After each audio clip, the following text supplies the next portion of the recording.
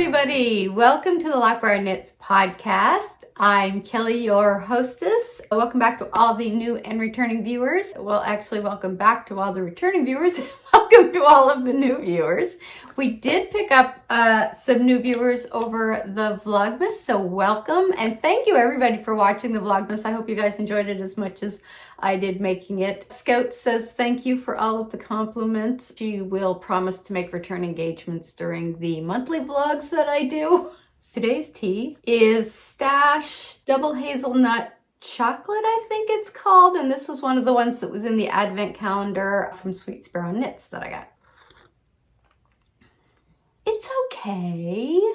I don't think I'm one for chocolate teas. My thing with my tea is I like it to have some zip to it. So that's why I really miss my lemon thriller. But I've complained about the fact that President's Choice changed the recipe to their lemon thriller tea and ruined it enough times that I'm not going to harp on it anymore.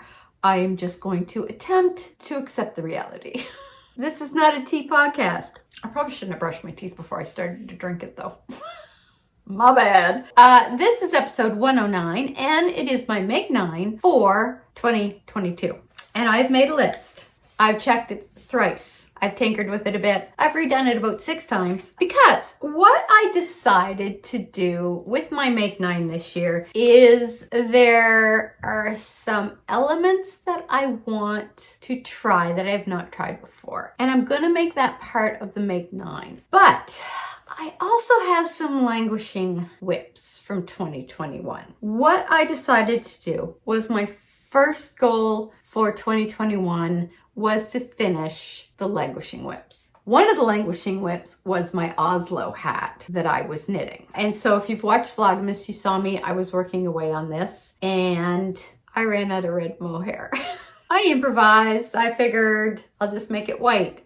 So it looks a little funky, but actually when you put it on, it looks like a design element. So I'm gonna see if I can do this without totally screwing up my hair. I made this one a little larger than my other one, width-wise, sort of an error. Really, like you can't really tell too much. Well, I can't tell, it's behind me. The people behind me can probably tell. Can you see? But it's comfy. The yarn I used was a Homespun House Conspiracy, and I paired it with Mohair. I forget the name. I'll write it down in the show notes below. And then when I ran out of the red, and it was a red, so when I ran out of that, I didn't really have anything. I had gray, kind of a very pale beigey color, dark gray, light gray, a lighter gray, or a white. And I thought, you know what? I just went with the white. So that was one of my languishing whips that's kind of been on my needles for a bit. The other items that are on my list, these I don't really consider a whip because I just started them. So they haven't been like languishing. And this is just, this was actually my Christmas Eve cast on. I was going to use the Sweet Sparrow Knits yarn that was part of my advent calendar, the full skein at the end, but I really wanted to knit with my own yarn because one of my Christmas colorways is Christmas Bark, which is a mix of red, kind of a forest green, and then it also has hints of brown in it. So it's like that Christmas Bark candy that you get. You see some of the brown there, but it reminds me of that Christmas Bark candy that you get that's sort of white chocolate, I think it is, and then it's got little crumbled candy cane in it, and then you put the dark chocolate over top of it, and you sprinkle some more candy cane on it. I mean, that's how we did it. I don't know if that's how you're actually supposed to do it. This is the Christmas Bark colorway, and I'm making a pair of Slouchy socks because I pulled the cashmere merino base, which I absolutely love, and it's so smushy that it just screams out, make me into a pair of Slouchy socks because it was my Christmas Eve cast on. I don't consider that a languishing whip. However, I do have a languishing pair of socks that I actually completely forgot about. We were going somewhere and I needed some car knitting. I just grabbed a pair of my Felici striped sock It is Time Traveler. And this is the sock. Here's the weird thing. I love stripy socks. But for some reason, when I'm doing the fleechy ones, I get bored of them. Because I look at the cake and I'm like, oh, this is going to look so nice. And I'm knitting it up and I'm like, yeah, it does look really nice. I don't know. I find I lose steam on them and I set them aside. If I do like a hand-dyed stripy sock yarn, it's completely different. Totally addicted, can't get enough of it. I don't know what the difference is. So this has kind of been languishing. I rarely ever do contrasting heels and toes. And by hardly ever, I mean I've never done it. Ever. Not once. I may do that with this one, or I may be lazy and just say, I'm just gonna go right through. But I do have to finish it. That's the first sock. The other languishing whip I had was my sweater, the classic by Espace Tricot, which is a free pattern by them. This is the one I started, and then I had to set it aside because I had to finish my mom's sweater for Christmas, which I did, and she loved. I am on Body Island, and I absolutely love this sweater. This is being knit with MYak, and I think this is MYak, if I remember correctly, because I actually had to look it up. But you get 500 meters per 100 grams. And I'm pairing it with the Kid Silk Mohair from Good Fibrations that they do exclusively for The Loop, which is my local yarn shop. This is in the blue Fescue. I don't know if I'm saying that right. These two paired together are beautiful. They make such a beautiful thing. So I made the collar a little longer because I want to fold it down. We are on Body Island. I've got, God, I didn't think about this when I set up my setup, but I am probably gonna have it go down the same length as this one. So I've got a little while to go, but it's literally straight stocking knit. I have decided going forward, all of my neckbands and cuffs and hems are gonna be done in twisted rib because it is so much neater. So the last languishing whip I have messed this up so badly. So this is the Lavender Field Shawl by Helen Stewart. If you've watched the previous episodes when I talked about this, you will know I messed up the lace. You will see it's very kind of neatly, and I assume it's supposed to maybe look like lavender stalks, maybe? I do not. Mine just look like these random holes with no sense of where they're supposed to be. And here's what happened. Actually, I don't know what happened. I have no idea what happened.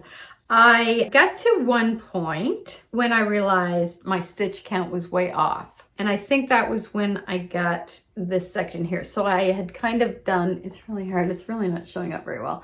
I had done 2 of the lace rows. It's got the marker in kind of in the middle, and I'm not sure if you can see when I hold this up, but the spine, when you get to this section here, is kind of non-existent, and it's really not showing up because this yarn is way too busy. It might show up when it's blocked. My stitch count, I had not enough on one side, I had too many on the other. I ended up pulling back about 2 rows. So if you've been with me for any length of time, you know how much I hate ripping back. I especially hate ripping back lace, but I thought, you know what? It's so far off, I don't have a choice. What I did first was I knit to the marker and I noted how many stitches I had on the first half. Then I knit from the marker to the end and noted how many stitches I had there.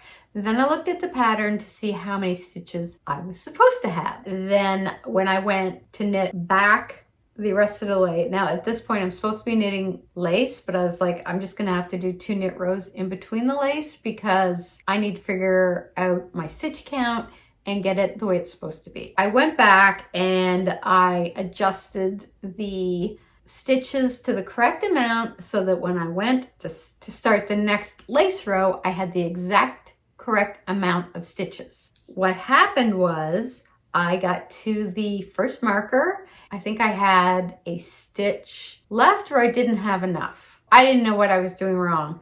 Then I got down to end of the second row, and I was like 3 stitches short, even though I had the correct number of stitches on that section. So I have no idea what I did wrong. Because I went through, and when I was knitting, because you knit on the next row, like just straight knitting, I was counting to make sure I did have enough stitches. So I had the correct amount of stitches on each side. So I don't know what was going wrong. So I thought, okay, I'm gonna try one more time, try it one more time. The lace did not add up like it should have. And so finally I just said, F it, I'm not doing any more lace. I'm just not doing any more lace. I knit back to the end, and I think I had 2 lace rows left to do, so 4 rows in total, and I just knit them straight, and I got my spine back where it should be, even though it's kind of like wonky right here. I got it back up where it should be. I was like so frustrated with it. I was ready to turf the whole thing, except I love the look of these colors together. If I didn't love the yarn so much, I would have just turfed it and said, screw it. Right now, I am 5 rows from the end, and I was gonna finish that before I started podcasting this episode, but then I realized it's a picot bind off, which takes forever. So I thought, okay, no, we'll do that later. I will probably finish it over the weekend. So that is the last languishing whip. Finish your whips. So number 2 and number 3 are something in color work and something in brioche, because those are the 2 new skills I've been saying I'm gonna learn, and then I haven't done it. And this time, what I'm going to do for the color work, I'm going to do a small project. It's probably going to be a hat or a cowl, and I have a couple of ideas. One is called Spice Cowl, and the other thing was, I think it's called the Fern Hat. Put all of the patterns I mentioned down below. Next up is something in brioche. So I think I might try the Harlow hat by Andrea Mowry, because I believe that's in brioche. And I think a hat would be kind of a good project to start with, because it's small and also it'll have some shaping to it. So that will kind of test my patience. The other 2 things from a shawl perspective is the Snowdrift Shawl by Emily Foden, and also the Half and Half Wrap by Pearl Soho. This will be my second one. That will be with the actual Pearl Soho yarn this time. I gave my first one to my niece for Christmas, and she absolutely loved it. I didn't knit the first one out of Pearl Soho yarn, and I really wanted to try the yarn. Stillwater Blue and Fresh Pickle. Yeah. Next up is a sweater with color work. I don't know which one. I have a few ideas. There's one that Isabel Kramer does where it's just down at the bottom, and it's a gray sweater, and it's got like, and then the color work is in red, and it's only about that much. And I thought that looks doable. So then we just get into the rest of it, because I want to do a lot of sweater knitting this year, more than I did last year. And I think I did pretty good last year, but I'd like to kind of top it. I think I did 5 sweaters last year. I don't even remember what I did last year. I would like to try a cardigan with or without the button band, because I've literally never knit myself a cardigan. And there's a couple that I have in mind, but I don't have it nailed down yet. But I would like to do cardigan. Then 8 and 9 of my Make 9 are going to be pullover sweaters, whether it's top down drop shoulder or raglan style. But I literally have like pullover sweater 1 and 2, pullover sweater 3 and 4, which if I combine that with a colorwork sweater is 5 sweaters. But here's the thing, I got a lot of sweater yarn and I want to use it up. Here is what I did. I did a list of sweaters that were in Aran, worsted, DK Sport, and Finger that I wanted to knit. And then I basically went through my stash and matched it up. Here is my list. Look at the colors changing. For the Aran yarn, that's going to be the first one I do, because this has been on my to be knit list for a while. And I got this yarn specifically for it. I absolutely love this. It's got cable, and it's going to be knit up in a color that I love. I'm knitting this up in Quince & Co. Osprey, which is 100% American wool. So it's basically 155 meters or 170 yards per 100 gram. So that's going to be the first one I do, because I think that after I finish the classic, that's going to be a really quick knit, and it's going to be like a very satisfying feeling to finish a sweater for myself really quickly. The other ones I have Brooklyn Tweed Shelter in their soot base, which I bought when we went, oh my God, this stuff is so light. When we went to Dublin, which would have been October 2019, and I have not used it yet. I originally was going to make a weekender out of it because this is what the weekender was made out of, and I didn't really like my first weekender that I made. I think I made it too big. But here's the thing about the weekender. I don't like the neck of it. So I thought it seems kind of stupid to make the sweaters. I think what I'm going to do with this one is I am going to knit the Shelter Cove by Marie Green, which uses this weight of yarn. This is one of the suggestions that came up when I look at it on Ravelry. Plus, this is out of her book, A Sweater in 2 Weeks. That will be another satisfying project if I can get this done in 2 weeks. Plus, it'll be satisfying because I finally get to use up my yarn. The other one is the Comfort Sweater, and I don't remember who knit that, so I have to look that up. But that is going to be knit out of my Knit Picks Wool of the Andes in the Shire Heather colorway. It is such a beautiful color. Can you see that green? Oh, I love it. And again, worsted weight, so I think that'll be another quick knit. And then the other one I found was called Wild Horse by Jessica McDonald, who is a new to me designer. I am going to knit that out of my Cascade 220, and this is the Japanese maple colorway. So again, nice thick yarn. So basically what I did was, first off, I started for sweaters in my library that were worsted weight and between a certain yardage based on what I have in my stash. And then I kind of matched the sweater up with the yarn that I had in my stash. Did I say that right? The sweater pattern I had in my library up with the sweater yarn I had in my stash that had the correct amount of yardage that was needed, and also one that I thought would look good for that sweater. There were 2 sweater patterns that I ended up purchasing. All of the other ones I already had. So it's sort of a way to use up my current stash of yarn, but also make use of the patterns that I've purchased that I haven't used yet. That was for the worsted. For the DK Sport, I'm going to do the Sweater Hug by Skein Knits out of this yarn here, which I'm not going to pull out completely because I don't want it to bring it down on me. But this is Wolfish by Hypothesis Yarn, who is one of my favorite yarn dyers. And then the next sweater is the DRK Everyday Sweater by Andrea Mowry, which is going to use another of the second yarn that I got when we were in Ireland, because the joke was that Canadian went to Ireland and bought American yarn. I have enough of this to make the Everyday Sweater by Andrea Mowry. I love this color. Like, oh. See, that's a thing.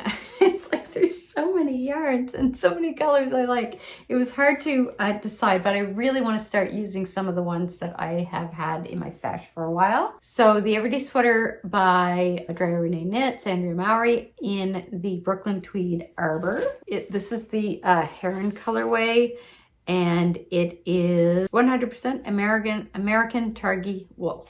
And the next one in the DK Sport Weight is Ashes by Isabel Kramer. I think I may switch that one up to one of her other ones. I'm not sure, but I think it's going to be Ashes by Isabel Kramer. And I have BC Garn, Samilla Pura. That's BC Gardens Vanilla Pura, and that is in there, and the colorway is cream. So this is 100% organic wool. So I'm going to make the Ashes sweater out of that. And then we get to the fingering weight, which is, and this one we have already discussed because we did the question of colors. This is going to end up being the Chestnut Sweater by Petite Knit. And this is the Illimani Echo Llama in their camel base. And I'm going to match that with the Kid Silk Mohair. I think this was called Spring Frost. And that again was good Fibrations, and that's dyed for the loop exclusively. Those two are going to be the Chestnut Sweater by Petite Knits. This here is going to be the Bright Side from Espace Tricot, and this is Barrett Wool Folkestone. Barrett Wool Folkestone colorway, and this is, it's just their fingering weight. Home. It's gray, but it also has kind of like a bluish undertone. And it's a darker gray than this. That is going to become the Bright Side by Espace Tricot, which is a free pattern. The other one is a new one that I bought. It's called, and I don't know if I'm saying this right, the Karui by Heidi Marie Kaiser. And I was looking at the sweaters that she has on her pattern page. If you have not checked her out, go check her out. I am going to make that in this colorway right here, which is Tiny Humans in the Spice Cake colorway, and that's in her, I think that's in her sock base, if I remember, but I'm not pulling that out of there because that's just asking for trouble.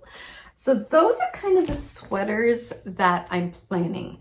I'm not going to get all of those done this year, but I'm going to try to put a big dent in them. And what I may do, usually I like to start a sweater project and go like finish it, like start and finish it before I start a new one. But I kind of like the idea of having a worsted weight or a DK on the go while also having a fingering weight on the go. Just because the fingering weight ones will obviously take more time because the stitches are smaller, but we'll see. Because I still have the other stuff on the Make 9. Quick recap.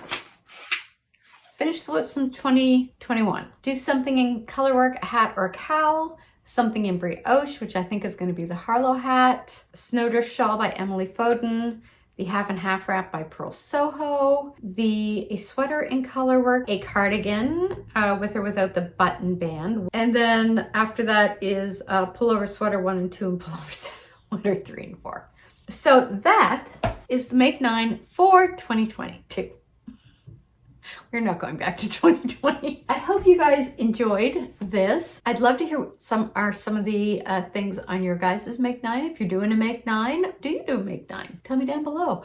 And I will check back in with you guys 2 weeks time and hopefully have some of this stuff already on the go. I would love to have my classic sweater off the needle, so we'll see how far I get along with that. Until then, I will let you guys go because I have some editing to do. And I think I might do a little work on my classic sweater tonight because now that I pulled that out and got my hands on it, I really want to get on that. And I know I only have 5 rows of the shawl left and the picot bind off, but I'm feeling a little need to be on Body Island right now. So I will check back with you guys in 2 weeks. At the end of the month, there will be the January vlog coming up. Little Miss Scout will make an appearance, I'm sure, because she's such a camera hog now. Until then, happy knitting. Let me know what your Make 9 plans are for 2022. And until then, I will see you guys later. Happy knitting. Bye.